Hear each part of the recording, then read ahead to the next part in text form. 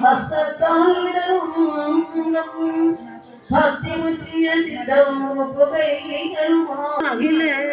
പ്രാണികൾക്കും സർവസുഖങ്ങളും ഉപകാരങ്ങളും നൽകും സൽഗുണ മഞ്ഞിൽ മുക്കാലും ആളുകൾ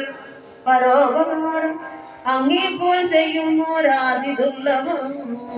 ദുഃഖിതൻ ഞാൻ നീ ശ്രേഷ്ഠ വൈശ്യനും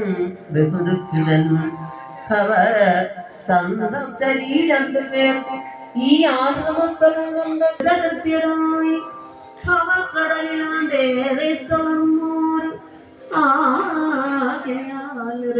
മന്ത്രതാലും കൊണ്ട് ഇവരെ കൈപിടിച്ചു കരയേറ്റനേ ഘോരമായ തപസാസുഖദായി ദേവിയെ പൂജിച്ചു ദർശനം നേടി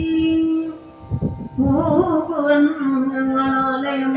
അങ്ങേ തിരുമുഖത്തിങ്കൽ നാമം ചന്തോബീജ ശക്തിയുതം മന്ത്രം ഗ്രഹിച്ചവർ മുനിതന്നാട്യം ആമി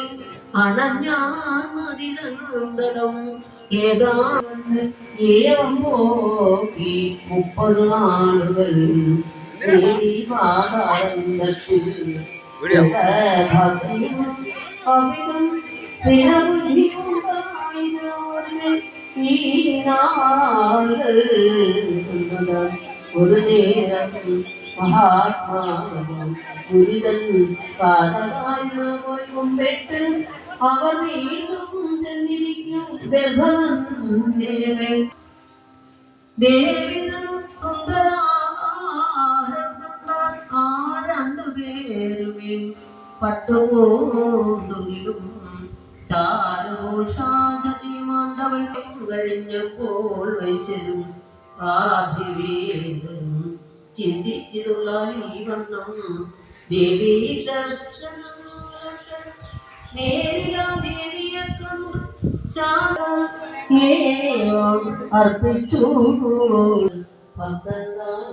ജ്ഞാനം നീ മോക്ഷം